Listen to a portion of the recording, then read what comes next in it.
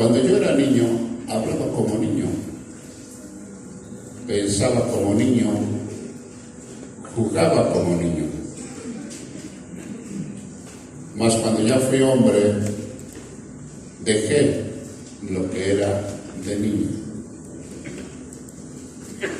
Padre, en el nombre de Jesús, ayúdanos a madurar. Tenemos que dejar de ser niños, aprender a ser maduros. Ayúdanos a no quejarnos para que lo que vivamos, sea bueno o sea malo, nos sirva para crecimiento, para formación de carácter cristiano. Ayúdanos que ya no seamos niños fluctuantes llevados por doquiera de todo viento de doctrina. Ayúdanos, Señor, a madurar. Suplicamos que a través de tu palabra el día de hoy nos ayudes a entender lo que significa ser niño, ser joven, ser adolescente, hasta llegar a ser maduro. Rogamos, Señor, por nuestro país, nuestros hermanos que están viviendo momentos difíciles de enfermedad, que tengas piedad, misericordia de nosotros. Hemos pecado, hemos sido rebeldes. De un pueblo completo hemos pecado, Señor. Hemos usado la mentira, el engaño. Hemos dejado que en nuestro país haya abortos, asesinatos, secuestros. Hemos violado tus mandamientos, Señor, y estás a punto de enseñarnos lo que significa ser maduro a través de estas situaciones que pasamos, porque tú nos quieres enseñar la madurez espiritual. Que ya dejemos de ser niños y tener miedo y ocultarnos, sino tenemos que aprender a ser maduros y enfrentar aún la muerte, como cuando tú nos enseñaste a ir a la cruz del Calvario. Gracias te damos, Señor. Esta noche permítenos aprender, como cada día lo haces. Oramos por mi hermano Hugo, que no pudo venir hoy, o que tú lo bendigas, que lo cubras, cubra tu iglesia, guárdala de toda contaminación. Guárdala sobre todo de todo temor, que por medio de las malas noticias se enferma la mente, se enferman los nervios. Guarda tu iglesia de que ahora están sumergidos en su hogar y que solamente pudieran estar viendo televisión y que eso enferma y que por eso es que aún aumenta la enfermedad emocional. Te damos gracias porque pues tú a nosotros nos has dado la oportunidad de ser cubiertos, protegidos, para enseñarnos que tú eres Dios verdadero y que no hay mal alguno que pueda venir sobre nosotros si estamos bajo tu cobertura. Te damos muchas gracias y predicamos tu palabra en el nombre de Jesús. Amén. Cuando somos niños, dice, hablamos como niños. A mí me sorprende mucho luego las mamás que preguntan por sus niños de 40 años y que le llaman mi bebé, les llaman mi bebé. Perdone, ¿está mi bebé? ¿Cómo está mi bebé? Y hablamos como niños y nos tienen que hablar como niños, porque si nos hablan duro, si nos hablan fuerte, empezamos, ¡ay, el pastor se enojó! Y eso es niños. Dice, hablábamos como niños, pensábamos como niños. Los niños piensan que solo el amor del papá, de la mamá, debe de estar con él y que nadie más se lo tiene que quitar. Luego hasta entre los hermanitos se pelean porque a uno lo abrazas tú, luego al otro viene y no lo abrazas y lo dejas a un lado y el otro se queja y empiezan a agarrarse entre ellos, sobre todo cuando tienen esta edad, ¿verdad? Niñitos berrinchudos, caprichudos y latosos, como todo niño. Pero hay niños sanos que son así, pero hay niños problema. Hay niños que para todo para todo lo que ven y todo lo que escuchan lo hacen un problema, y esa es la problemática del ser humano, que todos como niños, dijo Jesús, que debemos ser como niños recién nacidos, deseando la leche pura, no adulterada, refiriéndose a la profecía de Jesús, a su palabra. No adulterada quiere decir no mezclada con enseñanzas de hombre, no mezclada con religiones, con psicología, psiquiatría, no mezclada. Quiere decir leche pura, doctrina sana de Jesucristo. Por eso aquí nos vamos a centrar a pasar del otro lado. Yo al otro lado, hoy vas a pasar de ser niño hacia la madurez. Porque aquí dice, mas cuando ya fui hombre, tuve que dejar lo que era de niño. Y el extrapolado ya deja de ser chabelo, niño de caprichudo. 13:11. El apóstol Pablo nos da una referencia en el capítulo 3 acerca de quién es un niño. Por eso dice, en 1 Corintios 3:1 dice, les di a beber leche y no vianda, porque aún no erais capaces, ni sois capaces todavía, porque aún sois carnales. Fíjense, niños o carnales da lo mismo, porque aún sois carnales.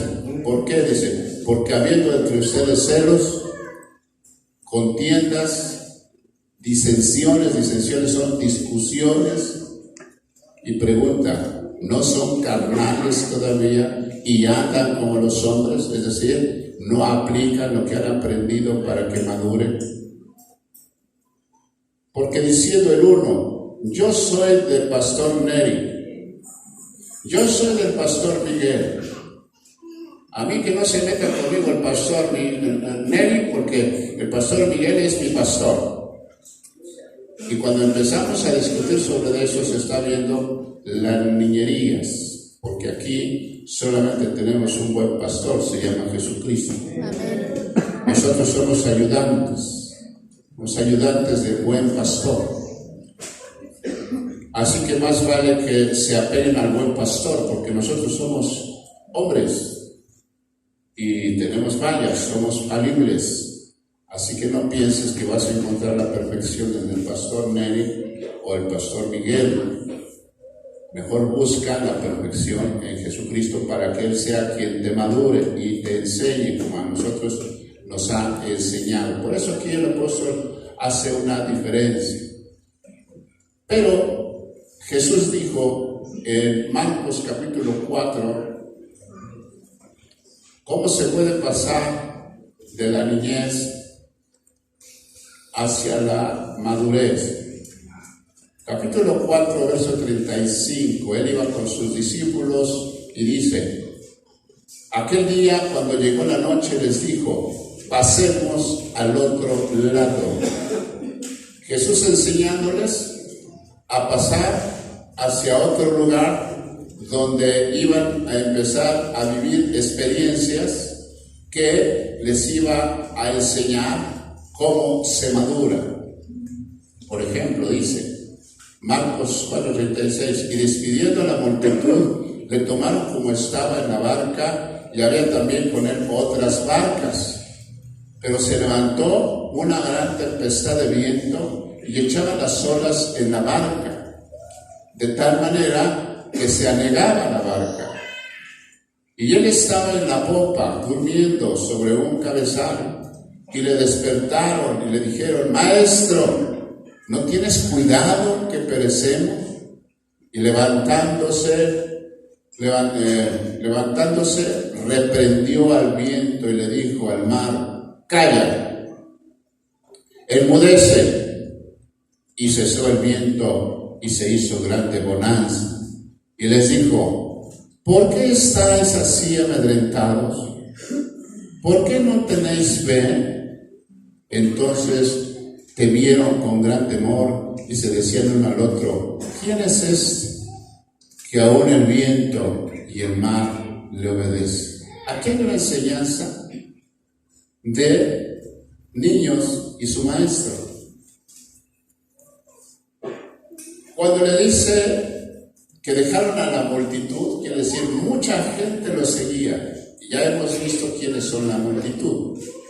La multitud de gente son los que no tienen compromiso con Jesús, que nada más vienen, se congregan, escuchan la alabanza, se van, siguen haciendo su vida como se les da su gana, pero no hay un compromiso con Jesús. Esa es la multitud.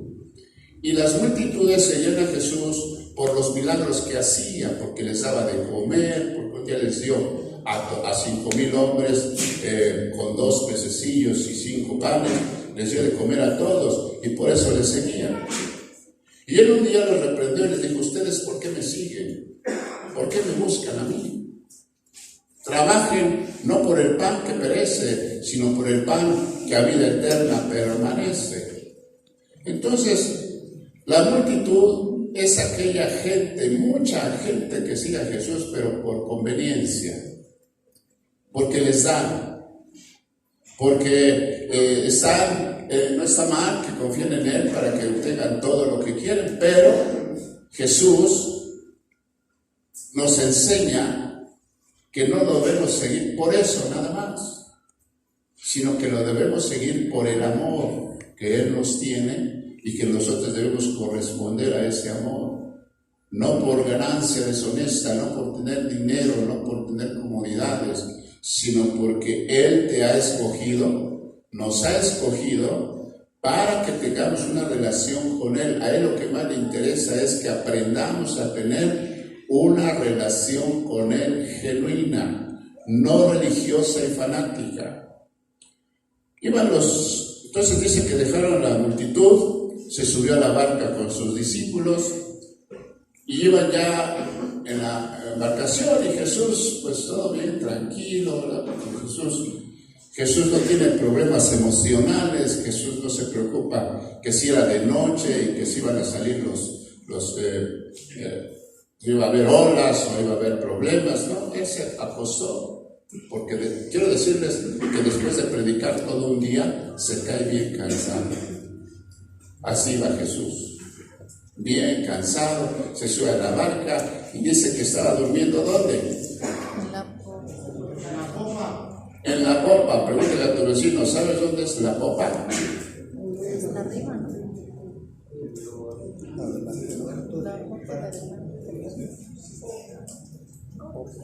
La popa, no la pompa. Las embarcaciones están hasta la punta, un lugar así como cueva, en donde se hace como una cuevita, y ahí se fue a meter el Señor, porque incluso ahí estaba, ¿qué dice que? ¿Sobre qué? Sobre un cabezal. El cabezal era el que sacaban para cuando desembarcaban, echaban ¿cómo se llama? El ancla, la echaban y ahí ya no se movía la embarcación. Ahí estaba dormido. Y de repente se levantan las olas.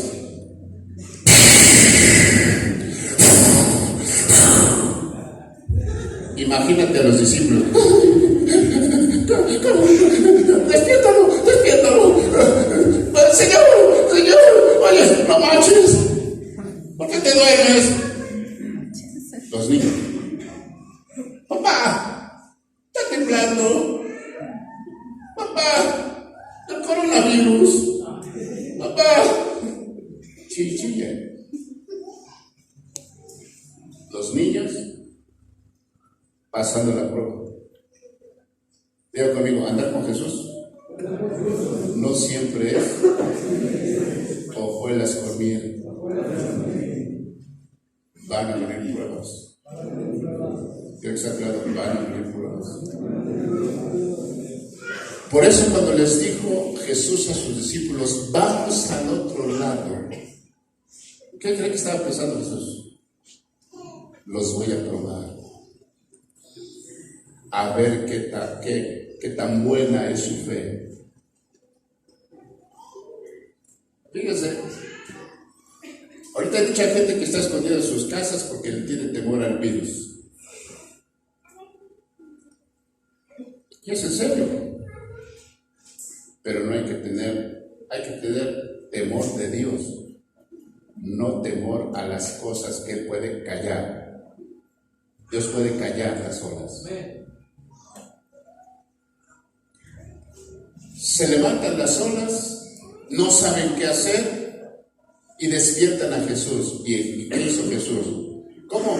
¿Qué pasa cuando a ti te despiertan, que estás bien dormido y te despiertan? ¿Para eso me despiertan? Se enojó Jesús, estaba molesto. Pero, ¿cuál fue la acción? No regañó a los discípulos, pero se enfrentó ¿a quién? ¿A quién? No. ¿A poco al viento le dijo cállate? No, ¿a quién le dijo cállate? ¡Al diablo! ¡Cállate! Porque, dijo conmigo, el diablo es el que levanta las olas para que tú te espantes. Ahorita ¿saben dónde está saliendo el diablo? En el internet, en el Facebook, en la... ¿cómo se llama el otro? WhatsApp, el otro.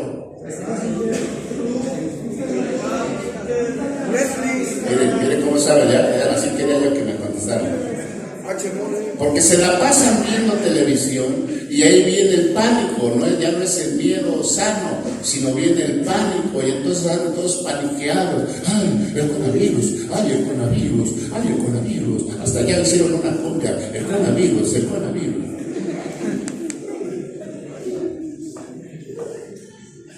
Cuando tú con el poder de Dios tienes que decir, ¡cállate!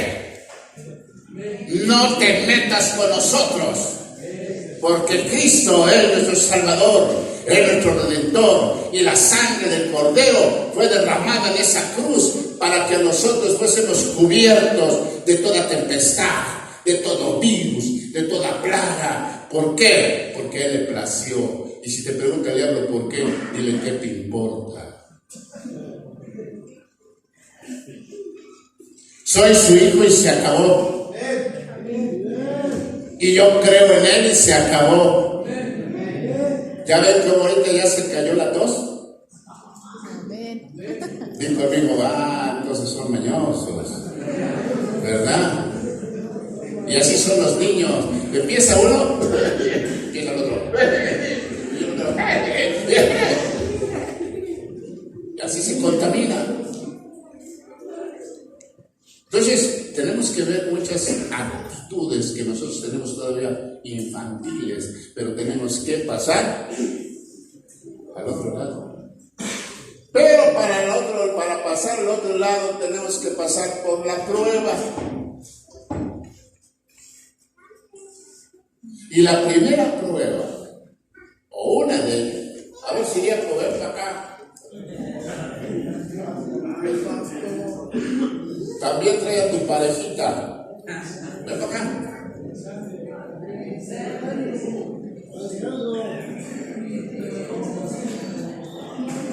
Rápidamente. ¿Quién es tu parejita? A ver. ¿Dónde está? Ven para acá. Aquí. Córrele, compadre, córrele. Estamos en televisión. Agárralo ahí del brazo.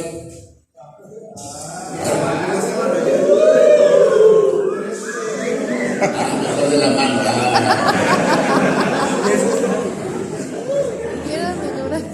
Así tuvieron que andar amarrando cosas y 2, 3 días. ¿Saben por qué? Porque no pasaban la prueba.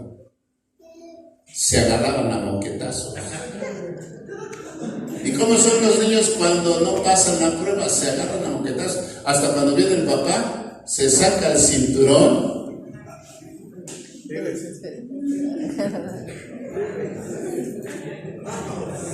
Y ya le dije, esté quieto. Ya le hablé 3 veces. 1,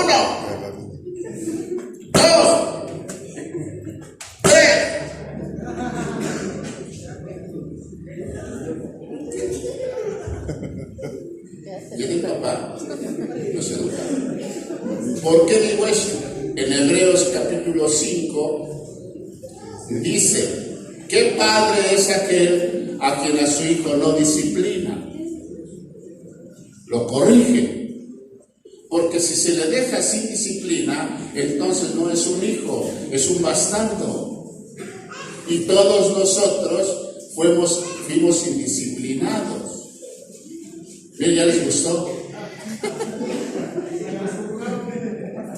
¿Se vuelven a pelear otra vez? Órale.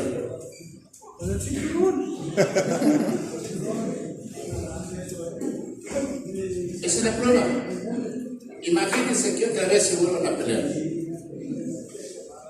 Que vayan a la barca, porque para nosotros esta es la barca. Y van los discípulos.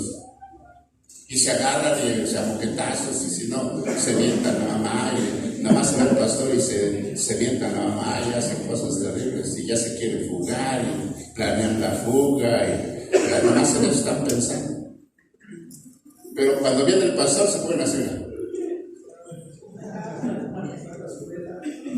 Así son los niños. Por eso dice que tenemos que pasar al otro lado. Porque tenemos que dejar de ser niños. Ahora, en cuanto a doctrina se refiere, en el capítulo 5 de Hebreos también nos enseña algo. Hebreos, capítulo 5.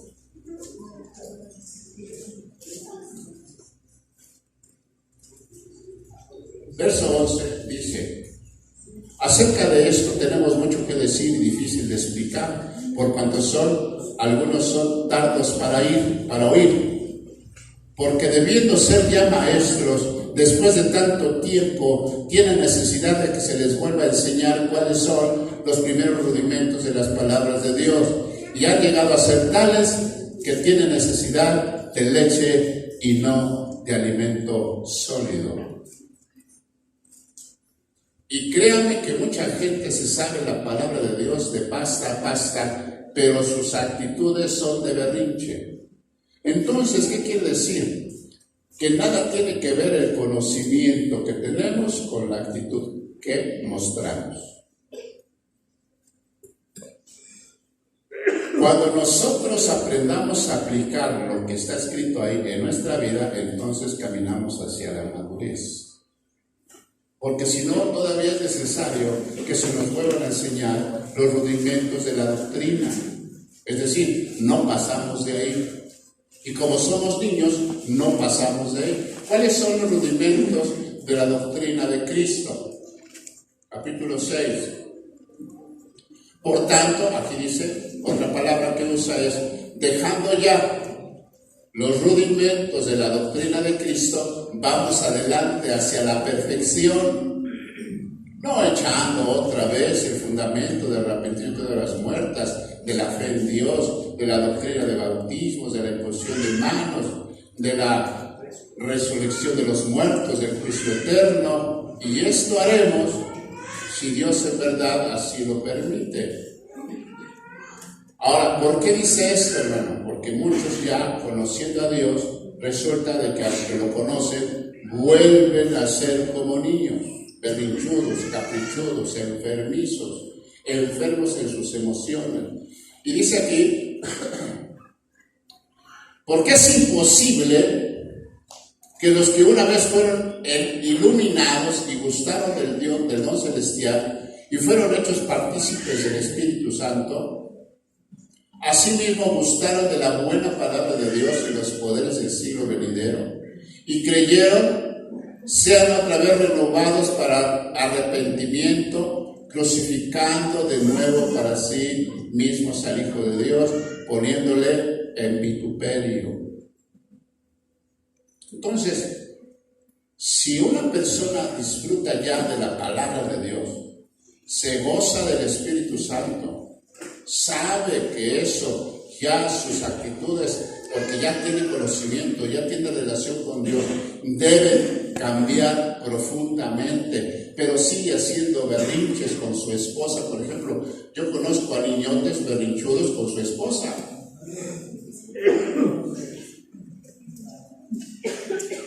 Diga conmigo, niñotes berrinchudos con su esposa.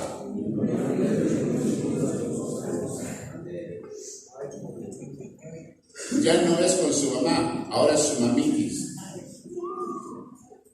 Niñotes y grandotes y punchados, pero no, y chillones, o sea, niñotes berrinchudos.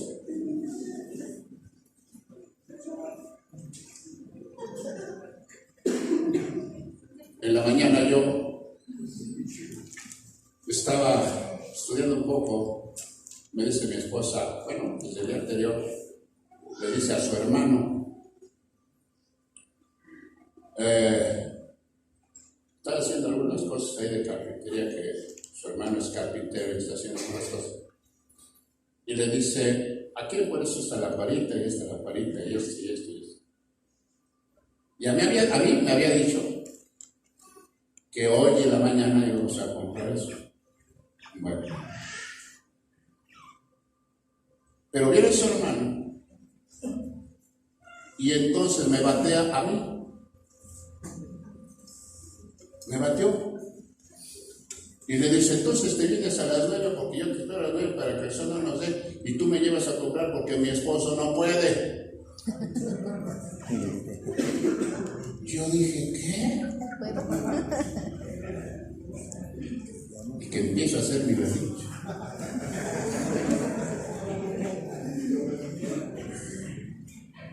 A las 9 se fue y más hice mi berrinche cuando llegó hasta las 12 del día. Mira nada más. Delante de mis narices.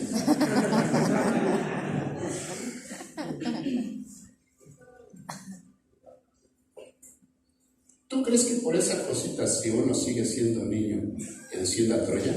Sí. Sí, el niñote reclama y el niñote dice por qué te tardaste y el niñote empieza a chillar y el niñote empieza a celarse y el niñote, ese es un niñote de 70 años.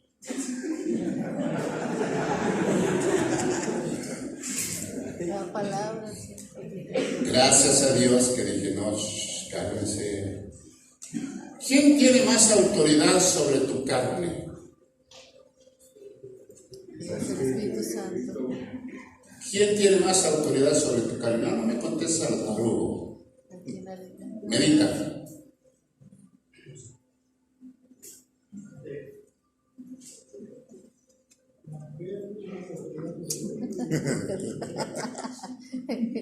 Tú mismo. ¿No dice Santiago 1:12? Cuando eres tentado, no digas que eres tentado de parte de Dios, porque Dios no tienta a nadie, sino que tú mismo de tu propia concupiscencia eres atraído y seducido. Porque mira, fácil lo que contestó no sé quién, Cristo. O si no, el diablo. ¿Y tú qué? La carne te mueve al dedillo todavía más que tu mujer.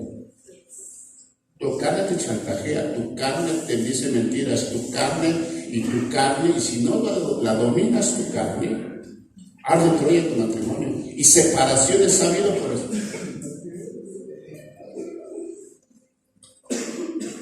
Ahora, niñotas chabelotas, berrinchudas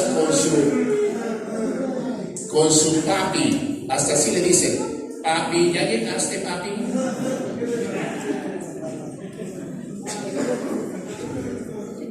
Mi nieto me dice el otro día, iba a ir de aquí, me dice, abuelo, ¿ya llegaste? Le digo, no, hijo, todavía estoy llegando.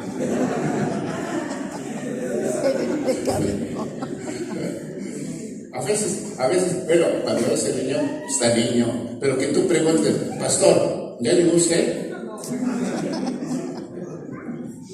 De 40 años, y así son yo les puse las chimotrufias. Porque reclaman y dicen, y su papi, y cuando les falla su papi, hacen unos berrinches terribles. Hagan de cuenta la chilindrina. ¿Cómo se llama la chilindrina?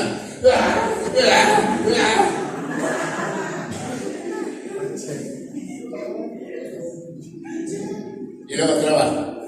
Ahora me cuenta el ñoño. Solo el chavo.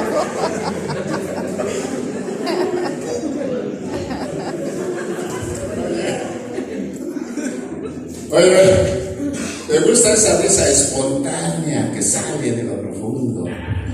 Oye.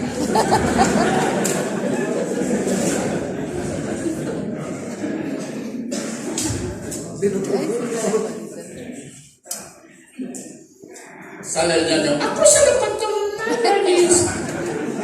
Popis. Oye, Popis. Que hoy no vino.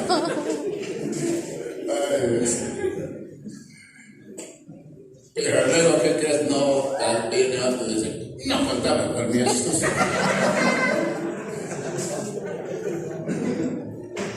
Casi, el Chavo del 8 en un lugar. El programa del Chavo del 8 en un lugar. ¿Pero qué creen? Que aparece la bruja del 71. O sea, la suegra.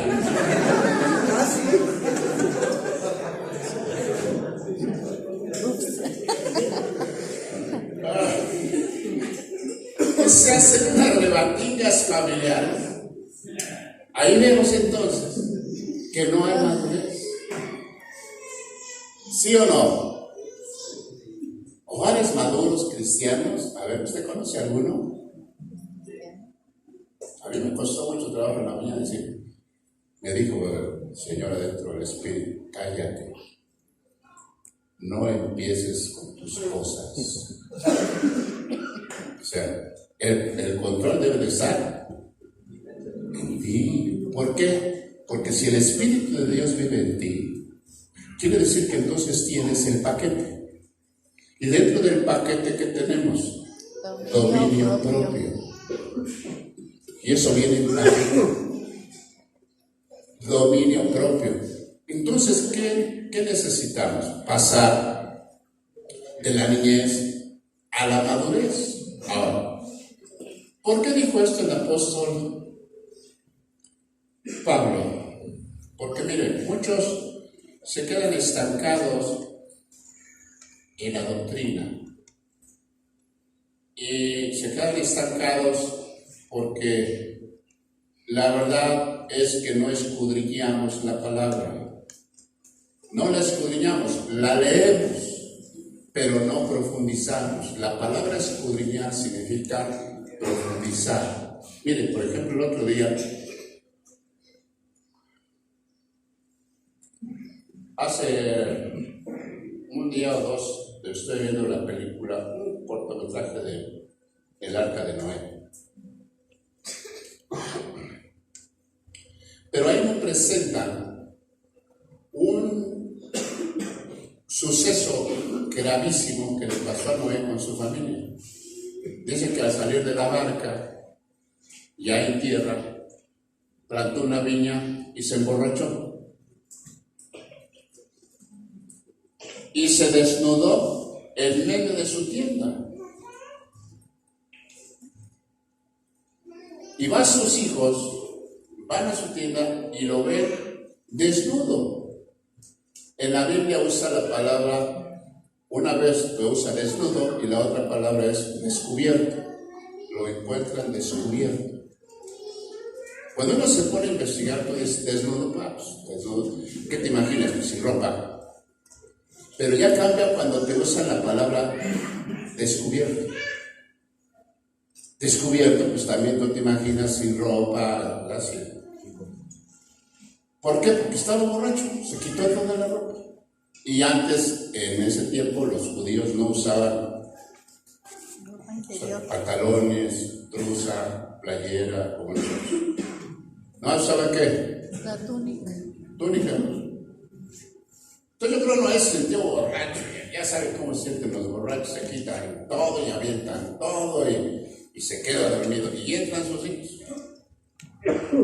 Y dice que uno de sus hijos, bueno, los tres, dice que lo vieron desnudo, pero unos al verlo lo cubrieron, o sea, se voltearon, agarraron una manta y echados para atrás lo cubrieron con esa manta. Pero el otro dice que no, El otro dice que la palabra descubierto nos lleva a investigar y dice la palabra fue abusado, violado. Fíjense, Noé fue violado ¿por quién? Por su hijo. Bueno, hasta ahí yo llegué, hasta esa investigación.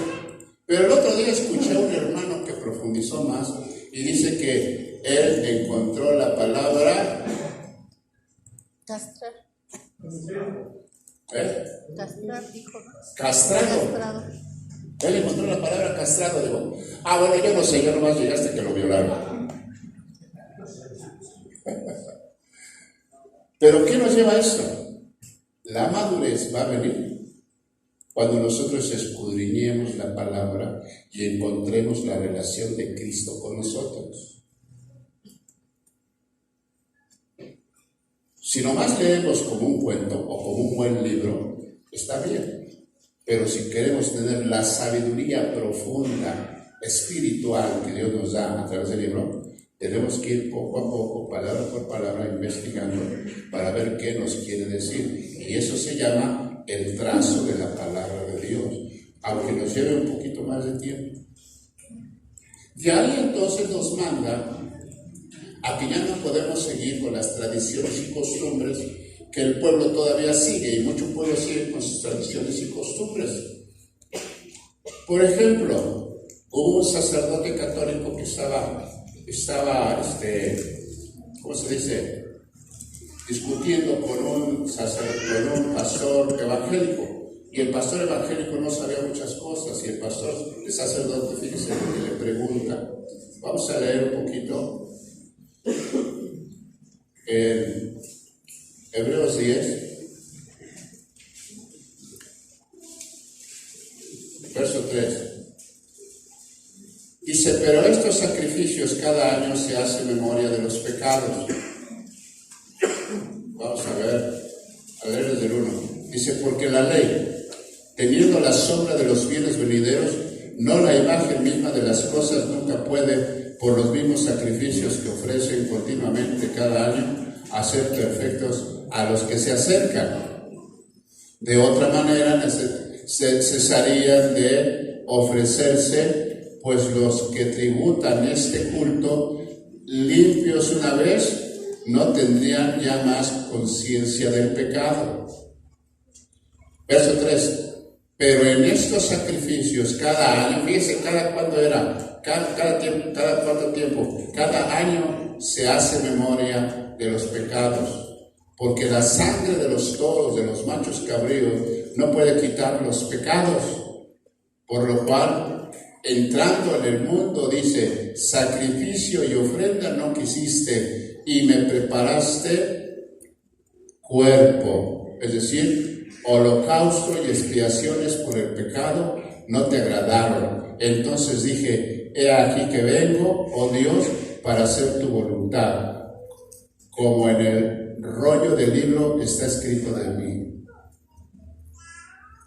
Déjeme aquí profundizar un poco.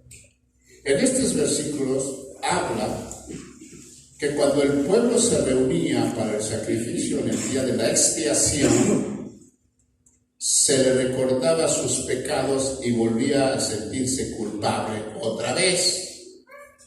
Miren, a ver, voy a hacer lo que ellos hacían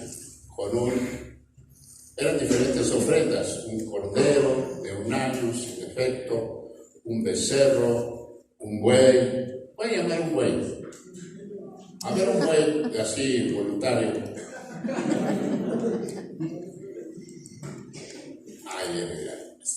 ¿Sabe lo que significa buey en la palabra? Animal de trabajo. No es un insulto, aunque hoy nos los agarramos como insulto. Pero un buey en la palabra de Dios significa hombre de trabajo. Ahora, fíjense, lo que hacían los sacerdotes, para cantar, yo soy el sacerdote. Fíjate para acá, ponte el micrófono. Los sacerdotes hacían esto. Y ponían sus manos sobre el animal, y después de poner sus manos, lo degollaba. Guac, guac o guac. Gracias, hermano. Pero antes de matarlo, esa era la expiación. Antes de matarlo, imponían sus manos depende del dueño que ofrecía al cordero o al buey, decía, yo voy a pagar mi ofrenda por mis pecados. Entonces, los pecados del dueño del buey los sacrificaban al buey para perdón de los pecados del dueño. ¿Me explico? Pero también ofrecían animales y machos cabríos para el perdón de los pecados de los sacerdotes, para el perdón de los pecados del pueblo. Ofrecían animales. Pero ¿qué dice ahí? ¿Qué les estoy diciendo? Que ese sacrificio No le agradaron. se le recordaba sus pecados, pero volvían a sentirse culpables otra vez. Lo que más necesitaba era el perdón permanente y poderoso que anula el pecado y que viene solamente de Jesucristo. Es importante que ustedes que se van a bautizar entiendan que si se bautizan con un corazón sincero, ustedes ya no pueden volver a pecar. Ya no deben, sí pueden, pero no deben. ¿Por qué? Porque lo que leímos antes acerca de es imposible que si una vez ya recibieron la gracia de Dios, de su Santo Espíritu y conocen la bendita palabra de Dios, vuelva a haber un sacrificio para ti. Porque ahora el único sacrificio para nosotros se llama Jesucristo. El único sacrificio que vale ante Dios para el perdón total de nuestros pecados y que jamás se vuelve a acordar de los pecados pasados, son borrados y echados al mar, y de ahí borrón y cuenta nueva. Tú, por ejemplo, que ya hiciste tu inventario, que te vas a bautizar, tienes que ir con esa conciencia de que ya tus pecados quedan sepultados en el fondo del mar y tú surges como una nueva criatura para servicio a Dios. Ay, pastor, es que yo no quiero ser pastor. No te estoy diciendo eso. Servicio a Dios empieza desde tu casa. Sirve en tu casa.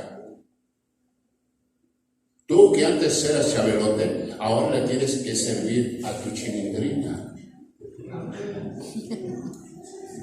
Le haces su cama, le das su chocolatito,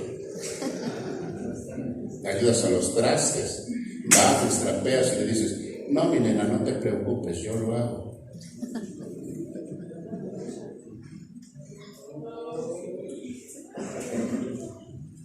No, ya se les tiene que quitar ese machismo de que no, yo no voy a trabajar porque yo trabajo en la calle y yo sé que te esperan por ti. Allá trabajas, pero en tu casa tienes que servir. Tienes que estar a tu lado. En tu casa tienes que servir, varón. Aunque no te guste, ya vi la cara que estás poniendo. ¿Ese es servicio? ¿O qué? ¿A poco crees que todos vamos a ser pastores? No. No todos vamos a ser pastores, no todos vamos a ser apóstoles, no. Pero vamos a querer un servicio, y el servicio empieza en la casa.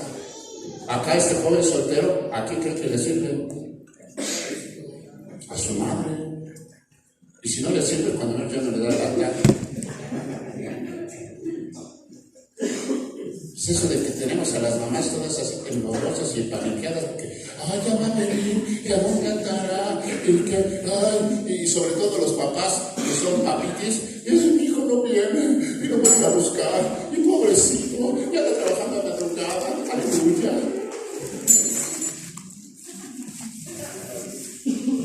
Tenemos que aprender a madurar y a darle confianza a los hijos, pues también son hijos de Dios, o que a ellos Dios se los cuida. No más a ti. No más a ver, es que yo soy su papá, pues sí, pero dale chance que sea él también. Que lo cuide. Pero es que yo sé lo que es. No, sabes lo que tú hiciste, él no ha hecho nada. Y crees que todas leones son de tu condición, tienen melena, hay algunos sin melena, son muy leones, pero chimuelos. No, ya, hermano, tenemos que madurar, el servicio empieza en la casa. Ahora, ¿para qué nos escogió Dios? Precisamente porque Él dice que ahora nosotros somos, 1 de Pedro, capítulo 2, versículo 8.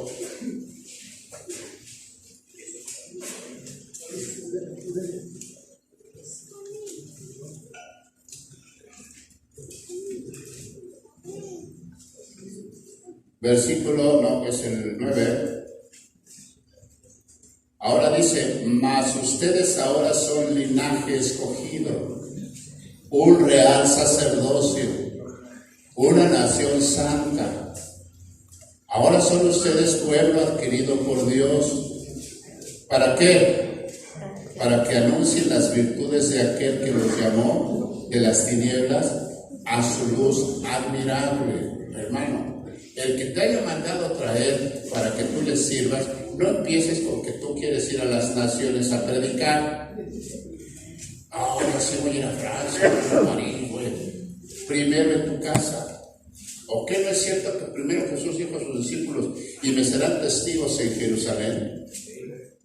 Y luego Judea, y luego Samaria, y luego a lo último de la tierra. Pues ¿dónde tienes que empezar? Jerusalén, tu casa. Ahora, si viene tu casa, el servidor o el sacerdote en su casa tiene que guiar con el ejemplo.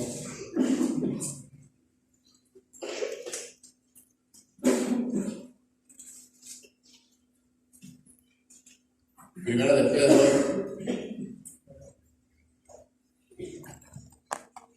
verso 2.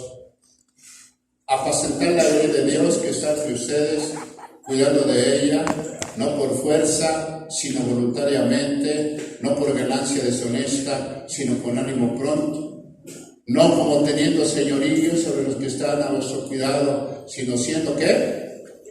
Ejemplos de la ley. Ejemplos de nuestra casa, ejemplos, somos un sacerdocio santo, un pueblo adquirido por Dios.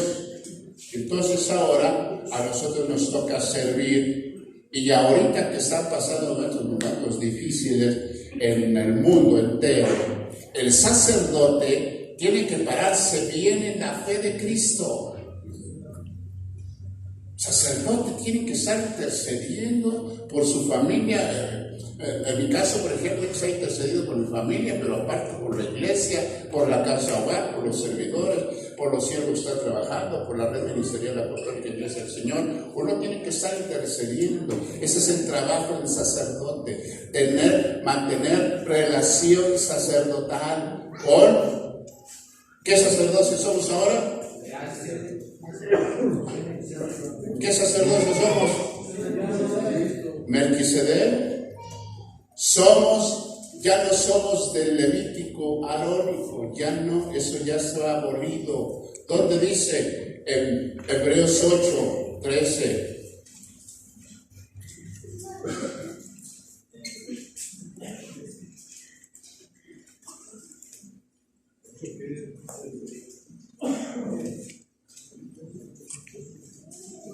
Al decir que es un nuevo pacto, ha dado por viejo al primero, y lo que se da por viejo se envejece y está próximo a desaparecer. Entonces aquí empieza el sacerdocio en el capítulo 7 de Hebreos.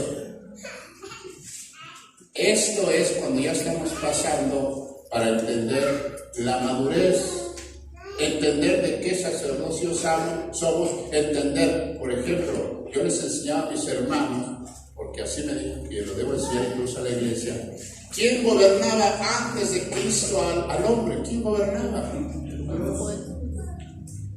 ¿Quién gobernaba antes de Cristo al hombre en la tierra? ¿Quién gobernaba? ¿Quién gobernaba? Los jueces. Primero gobernó Abraham, luego Moisés, luego Isaac, luego Jacob, David y toda una lista, dice, porque desde ese tiempo Cristo era figura del ángel de Jehová. Más bien, el ángel de Jehová era figura de Cristo. Y si tú ves en el Antiguo Testamento, habla del ángel de Jehová. Era el mismo Cristo que ahora conocemos como Cristo. ¿Por qué? Porque Cristo permanece para siempre desde antes de la fundación del mundo. Entonces, tenemos que entender, para pasar a la madurez, de que gobernaba Dios, el Eterno, el Altísimo, a través de todos sus profetas. Pero una vez que se acabó hasta Malaquías, ¿quién gobernó después? Jesucristo y sus discípulos, que después fueron apóstoles. Y después de a los apóstoles y Cristo, ¿quién gobierna? A ver, después de Cristo y sus discípulos y sus apóstoles, ¿quién gobierna ahora?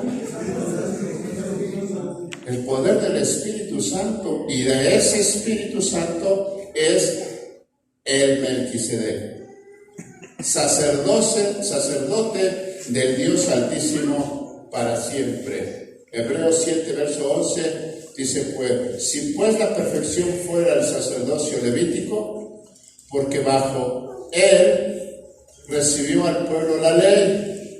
Entonces, ¿qué necesidad habría aún de que se levantase otro sacerdote según el orden de Melquisedec y que no fuese llamado según el orden de Aarón?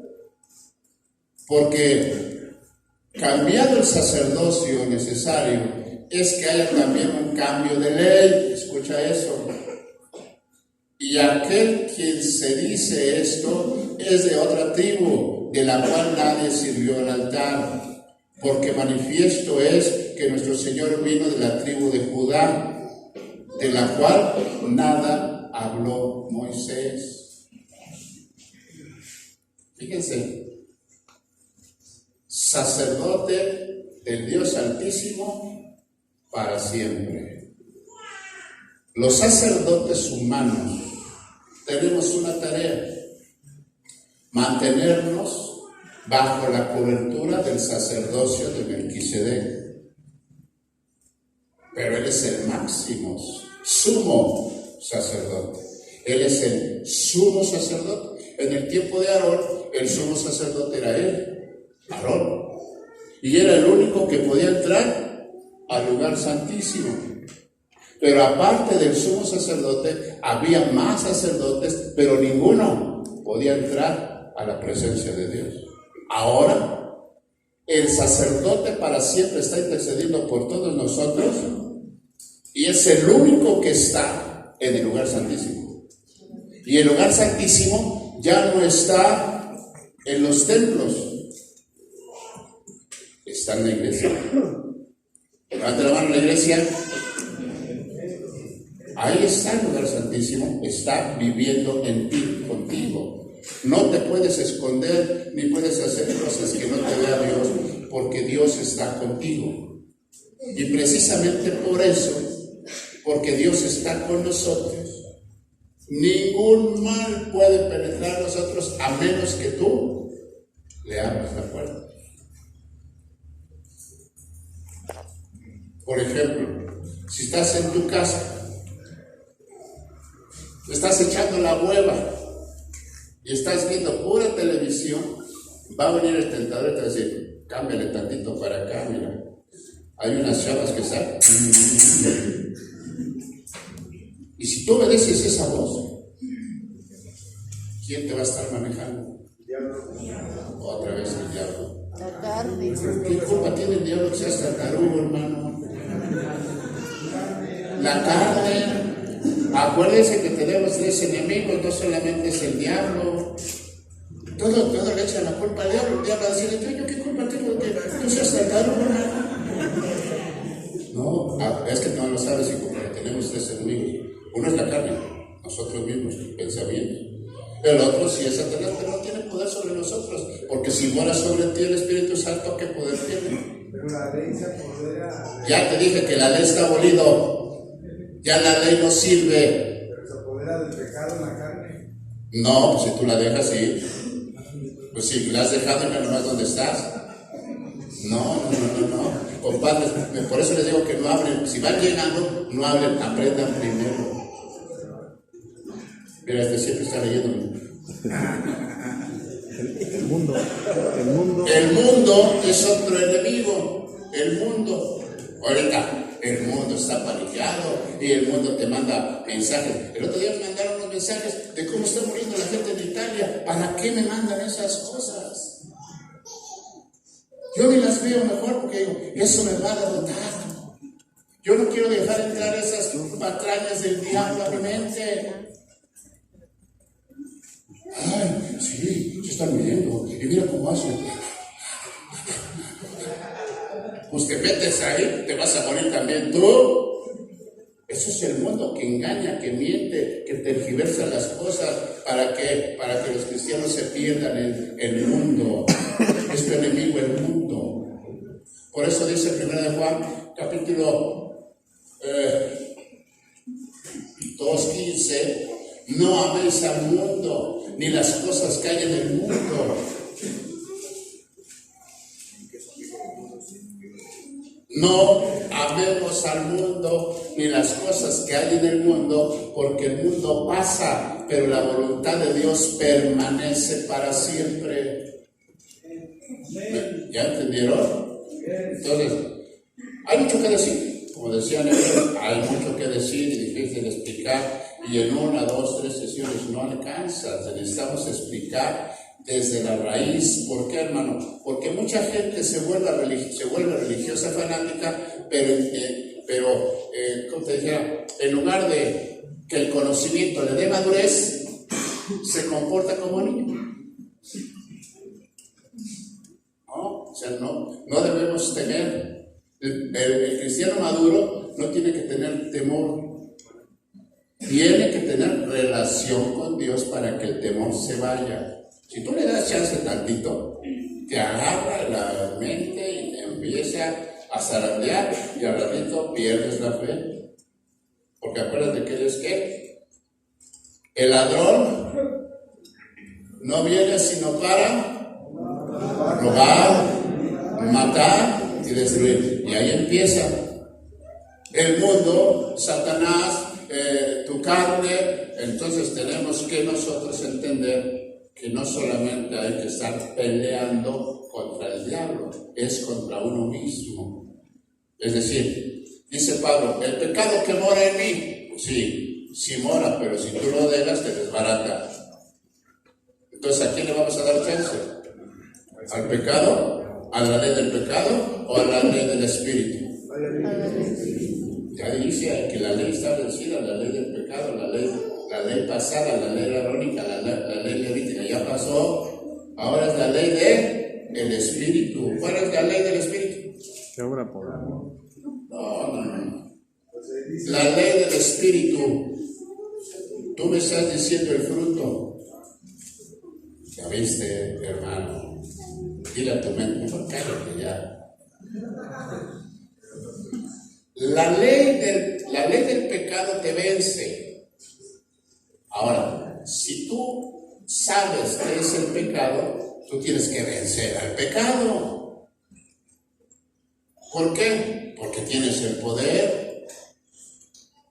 Si no lo tienes, pues te va a vencer. Ahora, imagínate, si hay muchas cosas que hay que vencer, lo primero que tienes que empezar a vencer es el miedo. Hay que vencer el miedo. ¿Cómo se vence el miedo? Con el valor. Con la fe.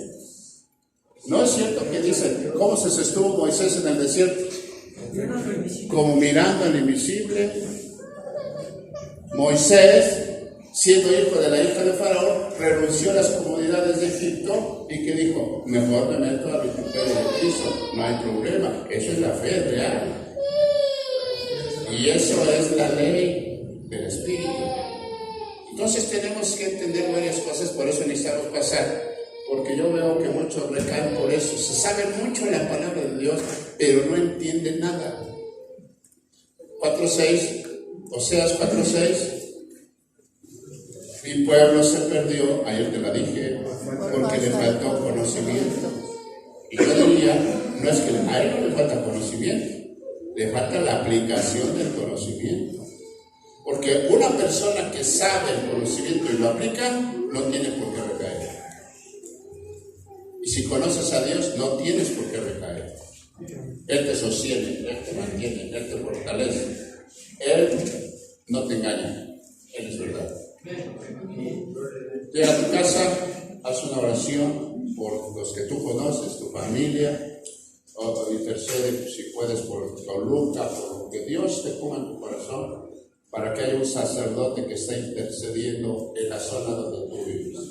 Aquí hay varios que aquí oran a 5 de la mañana, todas sus oraciones, yo les agradezco sus oraciones, porque yo me he sentido respaldado por sus oraciones. Yo sé que han orado. ¿Cuántos han orado por mí?